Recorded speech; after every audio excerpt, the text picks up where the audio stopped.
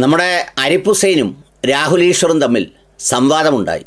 ജിഹാദ് നന്മയോ തിന്മയോ എന്നതായിരുന്നു അതിൻ്റെ ഒരു പ്രധാനപ്പെട്ട വിഷയം. സാധാരണ പണ്ടെപ്പോഴൊക്കെ ഈ മതപ്രഭാഷണത്തിലും ചില വളരെ സൂക്ഷ്മതയുള്ള പണ്ഡിതന്മാരും പറഞ്ഞു കേട്ടിട്ടുണ്ട്, ഈ സമുദായത്തിലെ ഈ വേഷക്കാരും രൂപക്കാരുമൊക്കെ മറ്റു പല കച്ചവടങ്ങളിലും ഏർപ്പാടുകളിലുമൊക്കെ തിരിയുമ്പോൾ അങ്ങനെ മറ്റു മനുഷ്യരെ കൊണ്ടും സ്വന്തം പ്രത്യയശാസ്ത്രത്തിൻ്റെ മഹത്വം ലോകത്തോട് വിളിച്ചു പറയാൻ പടച്ചതമ്പുരാൻ അവസരങ്ങൾ ഉപയോഗിക്കുമെന്ന്. രാഹുൽ ഈശ്വർ ഒരു ഉറച്ച ഹിന്ദുമത വിശ്വാസിയാണ്. അദ്ദേഹം അത് എല്ലാ വേദികളിലും പറയാറുണ്ട്. പിന്നെ അദ്ദേഹത്തിൻ്റെ ആ പാരമ്പര്യ രക്തവും ശബരിമലയും ഒക്കെയായുള്ള ബന്ധം നമുക്കെല്ലാം അറിയാവുന്നതാണ്. അദ്ദേഹം തർക്കിച്ചത് ആരോടൊപ്പമാണ്? നമ്മുടെ മതവിദ്യാഭ്യാസ സ്ഥാപനമായ മർക്കസിൽ ജോലി ചെയ്ത ഈ പറയുന്ന ഒരു തെളിവുകളുടെയും ആവശ്യമില്ലാത്ത വിധം DNA പരിശോധന നടത്തിയാൽ അത് ഈ ഗണത്തിൽ തന്നെ വരുന്നതാണെന്ന് വിശ്വസിക്കുന്ന ഉപജീവന മാർഗത്തിന് വേണ്ടി ഇസ്ലാം മത വിരോധവും കളവുകളും ഒക്കെ ഭക്ഷിച്ച് ജീവിക്കുന്ന ആരിഫ് ഹുസൈനോടാണ്. യഥാർത്ഥത്തിൽ സംവാദത്തിൻ്റെ ആ അവസരത്തിൽ തന്നെ ലൈവായി പോകാം എന്ന് രാഹുൽ ഈശ്വർ പറഞ്ഞപ്പോൾ ആരിഫ് ഹുസൈന് സ്വാഭാവികമായി ഭയം തോന്നിയിട്ടുണ്ടാവും, എന്തായിരിക്കും അവിടെ നടക്കുക എന്ന്. അതുകൊണ്ട് റെക്കോർഡ് ചെയ്ത് കേൾപ്പിച്ചാൽ മതിയെന്ന് പറഞ്ഞ് ലൈവെല്ലാം അണയ്ക്കുകയായിരുന്നു. ഇപ്പോൾ റെക്കോർഡ് ചെയ്ത വേർഷൻസ് പുറത്തു വന്നിട്ടുണ്ട്.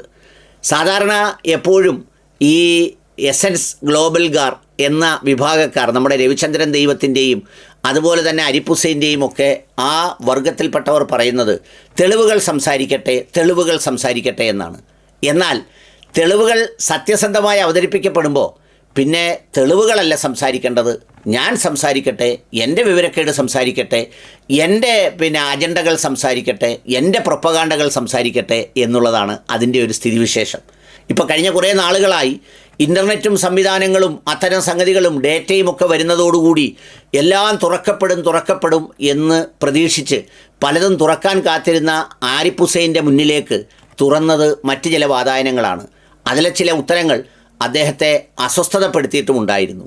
ഏതായാലും ഈ സംവാദത്തിൻ്റെ പ്രത്യേകത എന്താണെന്ന് ചോദിച്ചാൽ, തനിക്ക് കൂടുതൽ സമയം ആവശ്യമില്ലെന്നും കിട്ടിയ സമയം പോലും മുഴുമിപ്പിക്കാൻ താൻ പാടുപെടുകയാണെന്നും ഒക്കെ പറഞ്ഞാണ് ആരിഫ് ഹുസൈൻ തൻ്റെ ഈ വാദങ്ങളും വാദമുഖങ്ങളും ഒക്കെ അവതരിപ്പിച്ചത്. അദ്ദേഹത്തിന് ഇത്തവണ ആകെ ആശ്രയിക്കാൻ കഴിഞ്ഞത് ഖത്തറിനെ മാത്രമാണ്. ലോകത്ത് എവിടെയെങ്കിലും എന്തെങ്കിലും തരത്തിലുള്ള പഠനങ്ങളോ റിപ്പോർട്ടുകളോ ഒക്കെ പുറത്തു വന്നാൽ ആരിഫിൻ്റെ വാദം അത് ഖത്തർ ഫണ്ടിങ് ആണെന്നാണ്.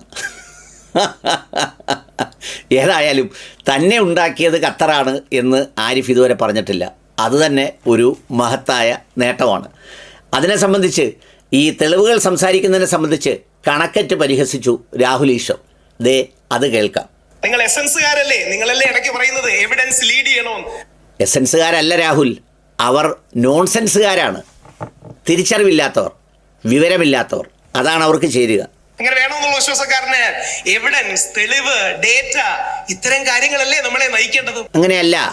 ആരിഫിനോട് തെളിവിൻ്റെ കാര്യം പറഞ്ഞിട്ട് കാര്യമുണ്ടോ? ആരിഫ് ഹുസൈൻ്റെ മാതാപിതാക്കൾ ജീവിച്ചിരിക്കെ ഉമ്മ പറഞ്ഞ ചില കാര്യങ്ങളെ ഖണ്ഡിക്കാനായി താൻ വീഡിയോ റെക്കോർഡും ഓഡിയോ റെക്കോർഡും വെച്ചിട്ടുണ്ട് എന്ന് പറയുന്ന ആളിൻ്റെ അടുത്ത് മാതൃത്വവും പിതൃത്വവും പോലും തെളിവായി സ്വീകരിക്കാത്ത ആളിൻ്റെ അടുത്താണോ രാഹുൽ ഈശ്വർ തെളിവുമായി വരുന്നത്? ആ എവിഡൻസിനെ ബേസ് ചെയ്ത് പ്രധാനപ്പെട്ട ലോകത്തിലെ യൂണിവേഴ്സിറ്റികൾ പറഞ്ഞതാണ്, നിങ്ങൾക്കും ലഭ്യമാണ്. ആ 4 പ്രധാനപ്പെട്ട സ്റ്റഡി, ഹാർവാർഡ്, കേംബ്രിഡ്ജ്, ഓക്സ്ഫോർഡ്, പിന്നീട് യേൽ യൂണിവേഴ്സിറ്റി. ഇവരാരും മുസ്ലിങ്ങൾക്ക് വേണ്ടി പഠിച്ചതല്ല. ഇവരാരും വിശ്വാസികളായ മുസ്ലിങ്ങൾക്ക് വേണ്ടി അവരാരും മുസ്ലിങ്ങൾക്ക് വേണ്ടി പഠിച്ചതല്ലെങ്കിലും ആരിഫ് ഹുസൈന് കാശ് കൊടുക്കുന്നവരും പ്രോത്സാഹിപ്പിക്കുന്നവരും ആരിഫ് ഹുസൈനും പഠിക്കുന്നത് എന്ത് സംഗതികളെയും മുസ്ലിങ്ങൾക്കെതിരാക്കാം, അങ്ങനെ ചെയ്യുന്നതിൽ എത്രത്തോളം മണ്ടന്മാരെയും ഊളകളെയും സൃഷ്ടിച്ചെടുക്കാമെന്നുള്ളതാണ്. അപ്പോൾ അതുകൊണ്ട് അവർ മുസ്ലിങ്ങൾക്ക് വേണ്ടി പഠിച്ചത്.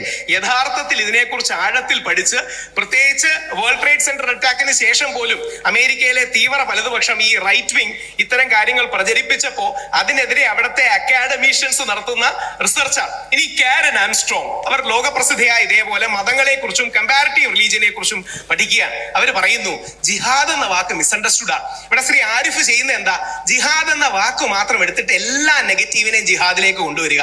ഞാൻ ചെയ്യുന്നത് എന്താ, ജിഹാദ് തെറ്റായിട്ട് ഉപയോഗിച്ചിട്ടുണ്ട്, അംഗീകരിക്കുന്നു. ശരിയായിട്ട് ഉപയോഗിച്ചിട്ടുണ്ട്, അംഗീകരിക്കുന്നു. ശരിയെ പ്രോത്സാഹിപ്പിക്കുക, തെറ്റിനെ മാറ്റുക എന്ന് പറയും.